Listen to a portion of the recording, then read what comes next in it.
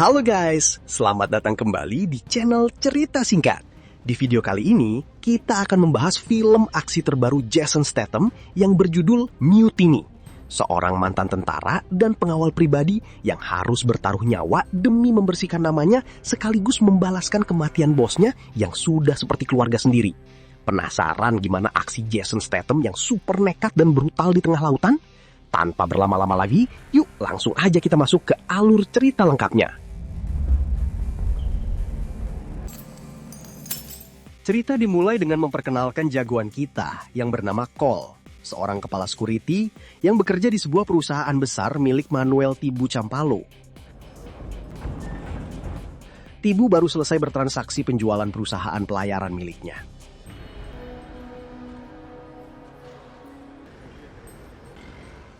Cole kemudian mengawalnya pulang ke rumah mewahnya di Thailand.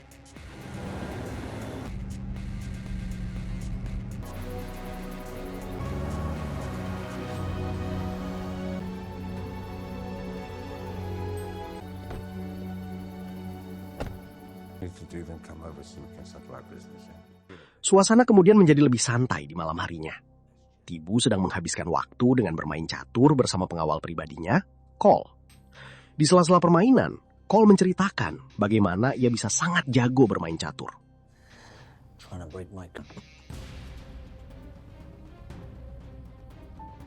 Dulu saat masih menjadi polisi pemula, ia ditugaskan menjaga penjara, tempat di mana para pemain catur terbaik berada.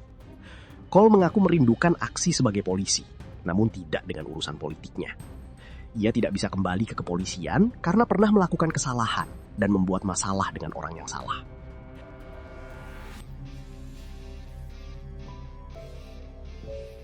Tibu kemudian mengingatkan bahwa hari itu adalah hari ulang tahun almarhum ayah Cole, sosok yang diakui Cole sebagai pemain catur yang sangat hebat.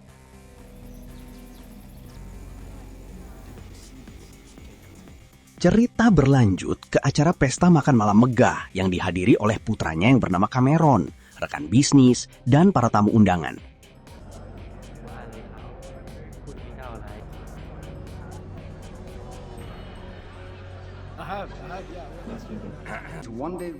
Dalam pidatonya, Tibu dengan penuh rasa bangga menyampaikan bahwa selama 40 tahun menjalankan bisnis pelayaran, perusahaannya selalu memegang teguh prinsip etika di atas keuntungan. Ia mengapresiasi kerja keras Cameron yang berhasil membesarkan bisnis tersebut hingga akhirnya mencapai tahap penjualan perusahaan. Thank you. Di tengah pidato, Cole melihat seseorang yang mencurigakan dan terus mengamati pergerakannya.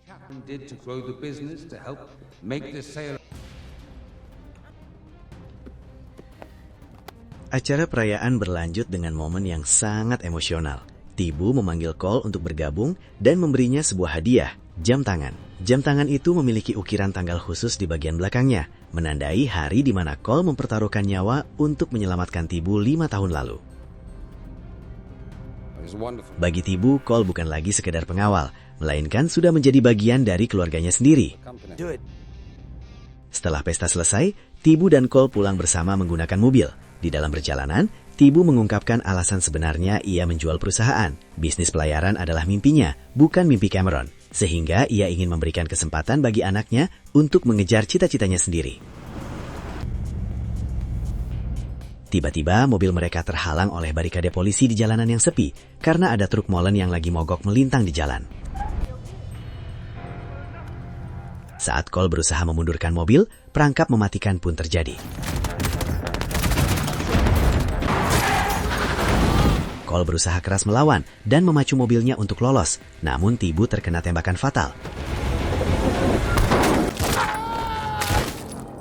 Dalam kondisi sekarat, Tibu memohon kepada Cole untuk selalu melindungi Cameron sebelum akhirnya ia menghembuskan nafas terakhir.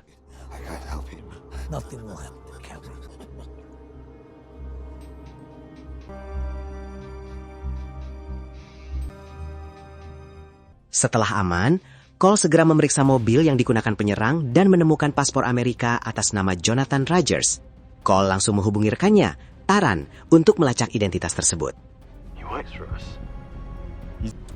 I'm headed to the port. Ternyata, Rogers adalah mantan marinir yang terdaftar sebagai kru di kapal kargo milik perusahaan Tibu sendiri, bernama Artemis, yang dijadwalkan berlayar 2 jam lagi.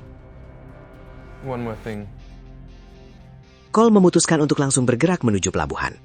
Sementara itu, berita di televisi mulai menyebarkan rumor bohong bahwa Cole telah membunuh Tibu dan 2 petugas polisi. Di sisi lain, seorang wanita bernama Angie Ellis mendadak dipaksa oleh atasannya untuk masuk kerja dan berlayar malam itu juga dengan kapal Artemis, merusak rencananya untuk menemui putrinya.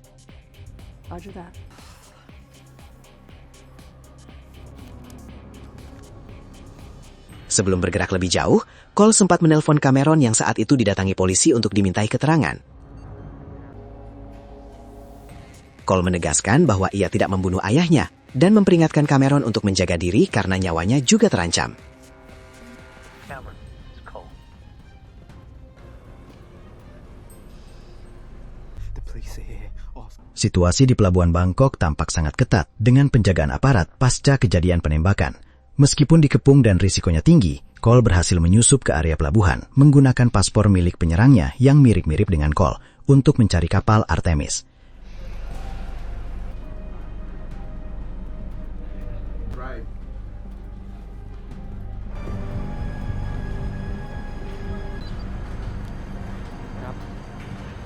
Di saat yang sama, kapal Artemis bersiap untuk lepas landas. Berita TV di ruang kapten terus menayangkan foto Cole sebagai buronan paling dicari. Angie tiba di kapal untuk menggantikan kru yang mendadak izin sakit. Ia disambut dengan sikap dingin dan sinis oleh Kapten Marco Madsen. Fan of attitude. Oh no, neither am I. At all. Meski gak mau menerima kru baru, Kapten Marco tetap mengizinkan Angie bergabung setelah melihat kompetensinya dan menugaskannya di shift malam bersama kru bernama Matteo. Anything else, sir? Kapal Artemis pun akhirnya melakukan manuver dan mulai berlayar meninggalkan pelabuhan. Di saat yang sama, Cole rupanya sudah berhasil menyusup ke dalam kapal kargo raksasa tersebut. Dia bergerak mengedap-endap menelusuri bagian dalam kapal yang gelap jauh di bawah dek utama dan beristirahat di situ.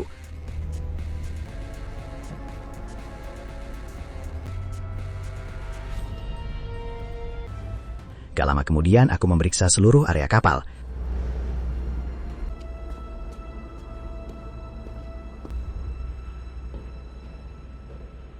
Saat berada di area penampungan kargo, Cole mendengar suara dentuman halus dan tangisan samar dari balik salah satu kontainer baja yang terkunci rapat.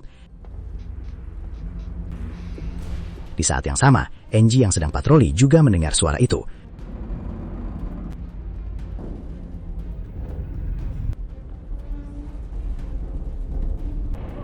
Dengan alat seadanya, Cole membongkar kunci pintu kontainer tersebut.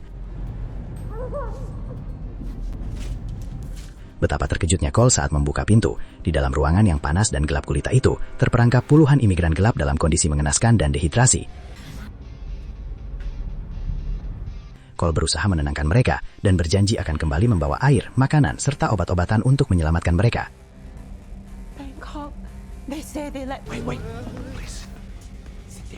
Tepat setelah Cole berjanji akan kembali membawakan bantuan untuk para imigran, Angie sudah tiba di area kargo itu.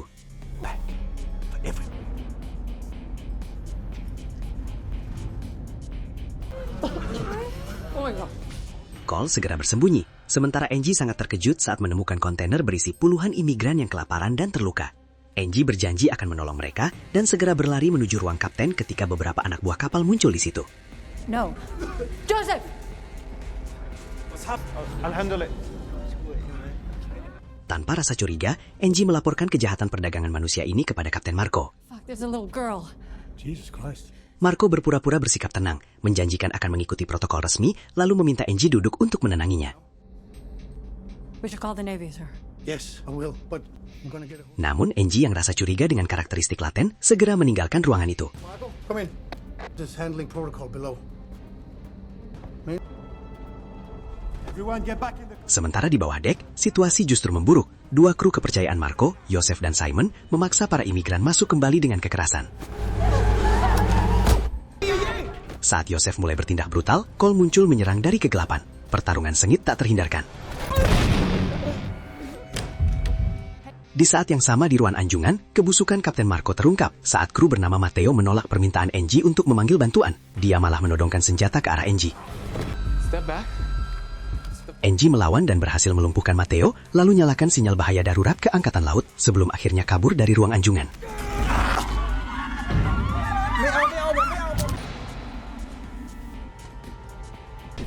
Cole berhasil melumpuhkan serta membunuh kedua kru kejam tersebut untuk melindungi para imigran.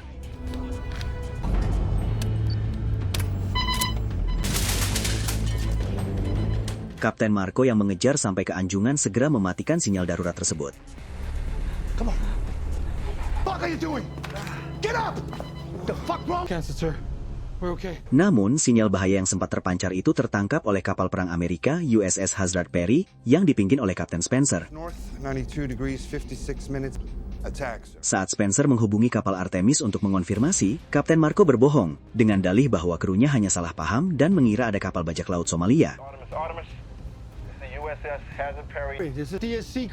He had a run-in with some Somalis a few years ago. Spencer berpura-pura percaya meski menyimpan rasa curiga. Sorry to waste the Navy's time.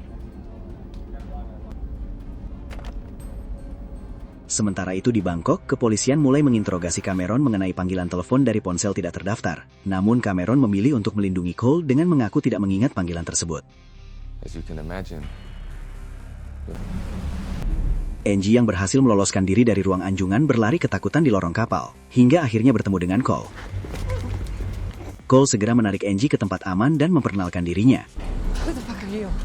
Not one of them. But when they're making money off of them. Sementara itu, Kapten Marco menemukan jasad Joseph dan Simon yang tewas mengenaskan. But first we need to take care of that woman. Down there.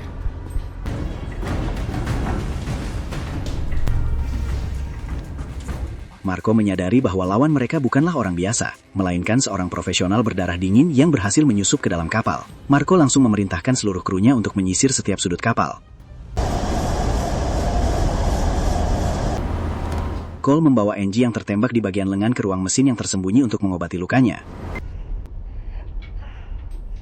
Never seen worse. Gonna tell me your name? Guna mengalihkan perhatian Angie dari rasa sakit yang luar biasa saat peluru dicabut, Cole mengajak Angie berbicara tentang kehidupan pribadinya. You have a family? Angie bercerita bahwa ia memiliki seorang putri berusia 6 tahun bernama Violet. Angie kehilangan hak asuh atas anaknya setelah dipecat dari Angkatan Laut, dan pekerjaan di kapal ini adalah satu-satunya harapan agar ia bisa berkumpul kembali dengan putrinya. Dengan sigap, Cole berhasil mengeluarkan peluru dari lengan Angie, sementara anak buah Kapten Marco terus mencari keberadaan mereka.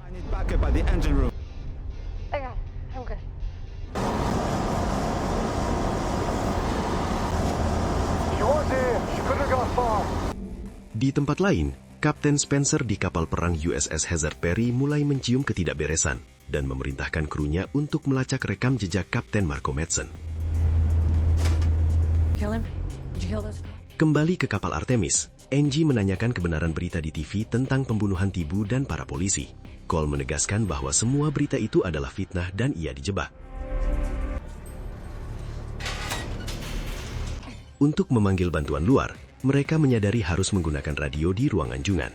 Karena area tersebut dijaga ketat oleh kru bersenjata, Cole dan Angie berencana membuat pengalihan perhatian dengan membakar salah satu ruang kargo di bagian belakang kapal.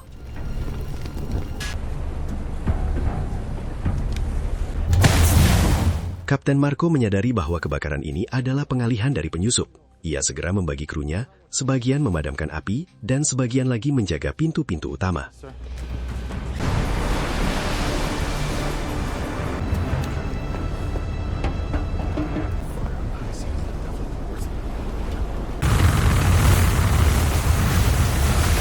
Di tengah kekacauan, Cole bergerak kembali ke ruang anjungan dan melumpuhkan penjaga di ruangan itu.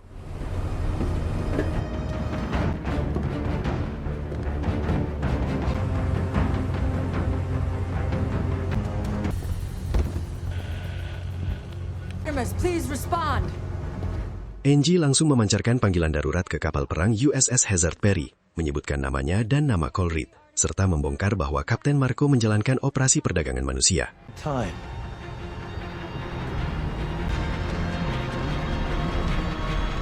They're on the bridge. Diego, get up there.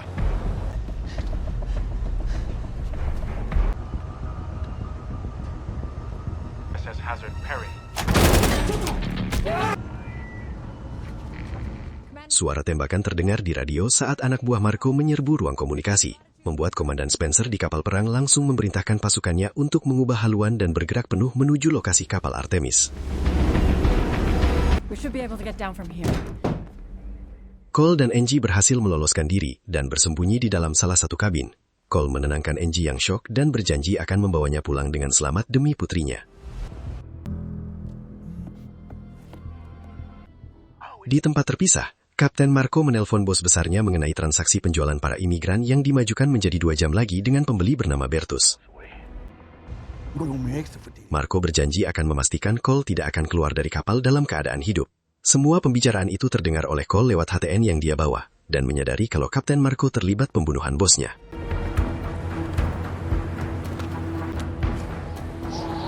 Di kapal perang, Kapten Spencer membaca berkas rahasia Cole Reed, seorang mantan pasukan khusus Royal Marines Commando dan polisi berprestasi yang ayahnya tewas saat menyelamatkannya. Spencer menyadari bahwa Cole bukanlah pembunuh berdarah dingin, melainkan pria yang sedang menuntut balas atas kematian atasannya. Cole dan Angie yang merayap di dalam saluran ventilasi kapal, namun keberadaan mereka terdeteksi oleh kru kapal.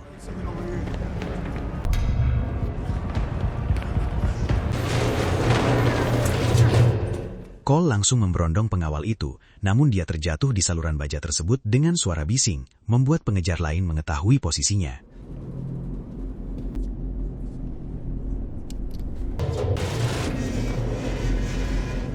Saat rentetan tembakan menembus saluran ventilasi, Cole terjatuh ke bawah.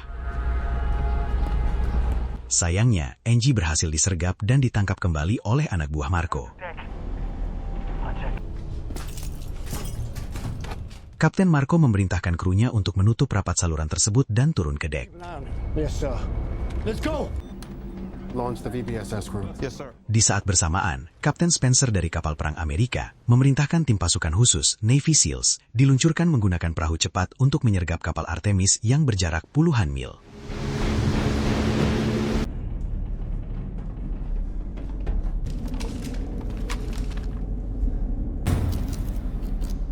Kapten Spencer kembali mempelajari rekam jejak Cole sebagai mantan anggota komando militer dan polisi berprestasi yang kehilangan ayahnya dalam tugas. Spencer makin yakin bahwa Cole berada di kapal tersebut bukan sebagai pembunuh, melainkan untuk menuntut keadilan. Was shot and killed.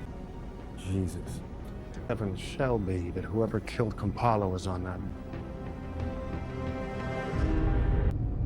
Di tengah lautan, kapal milik pembeli imigran yang dipimpin oleh pria bernama Bertus akhirnya merapat di samping kapal Artemis.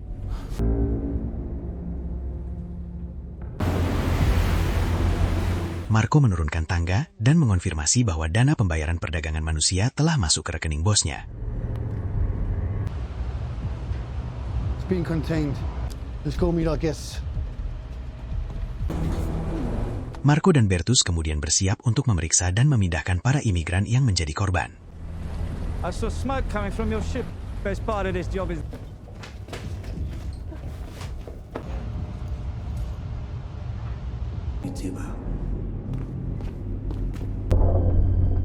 Cole yang terperangkap di saluran udara akhirnya berhasil keluar dengan susah payah.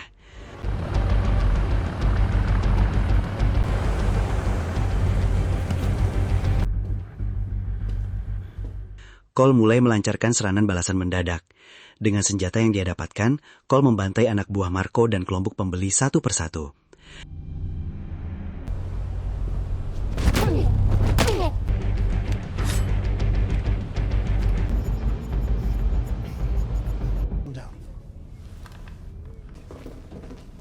Teo, go to the bridge.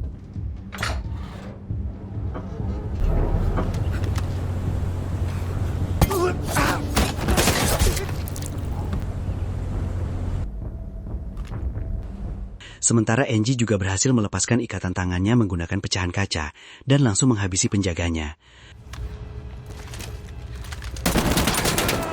Gak lama, Matteo yang naik ke anjungan juga dihabisi.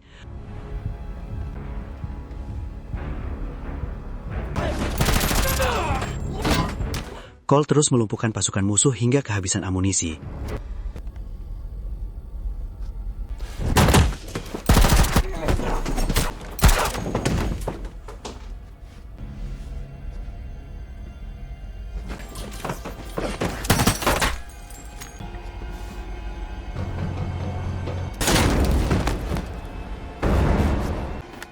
Setelah menghabisi seorang anak buah dengan kapak, akhirnya terjadi pertarungan jarak dekat yang sangat brutal.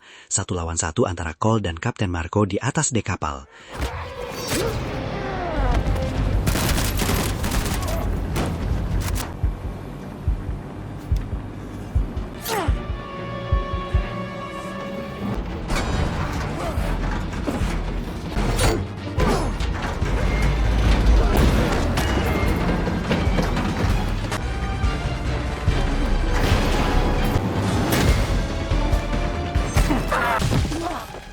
Dengan sisa tenaganya, Cole berhasil menancapkan pengait kargo ke tubuh Marco hingga menembus tangannya.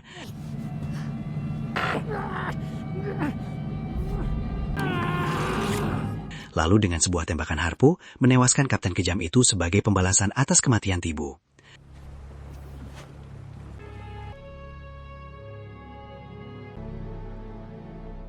Tepat setelah pertempuran berakhir, tim Navy Seals tiba dan mengepung dek dengan senjata lengkap. Angie segera berlari keluar dan memasang badan untuk melindungi Cole. Angie berbohong kepada pasukan khusus dengan menyatakan bahwa pria yang membunuh para penjahat adalah rekan krunya, sementara buronan bernama Cole Reed telah tewas jatuh ke laut. Is that Cole Reed? No. You're telling us that Tim Navy Seals mengambil alih kapal, mengamankan situasi, dan memberikan bantuan medis kepada para imigran yang selamat. looks like you ship that need medical attention. Angie dipercaya oleh pihak otoritas untuk memimpin kapal Artemis berlayar kembali ke Los Angeles. Sending me a crew to help me with the route. Yeah, I don't think so. Sebelum Cole pergi, Angie menyerahkan ponsel satelit milik Marco yang berisi daftar riwayat panggilan telepon. Cole berterima kasih dan diam-diam melarikan diri menggunakan kapal perompak milik pembeli. I will. Kapten Spencer di kapal perang yang mendapat laporan hal tersebut memilih untuk membiarkan Cole pergi karena menganggap misi mereka sudah selesai. Unidentified crewman heading on. Menggunakan ponsel tersebut, Cole menghubungi Taran untuk melacak nomor telepon paling atas di riwayat panggilan Marco. Taran menemukan bahwa nomor tersebut milik Jaran Daniels, pemilik perusahaan Trans-Pacific Exports. Cole menegaskan bahwa ia akan kembali ke Bangkok untuk menyelesaikan segalanya. Di Bangkok, tepat setelah acara pemakaman Tibu, Cole menemui Cameron di dalam mobilnya. Di situ, Cameron mengakui penyesalannya, karena tidak mengira Daniels akan bertindak sejauh ini, sampai membunuh ayahnya. Then it stopped asking multiple shipments every week. I didn't think they'd go this far. Malamnya, Cole menghadang dan menabrakkan mobilnya ke mobil Daniels hingga hancur terguling. Cole menghabisi bodyguardnya dan menyeret Daniels yang terluka parah keluar.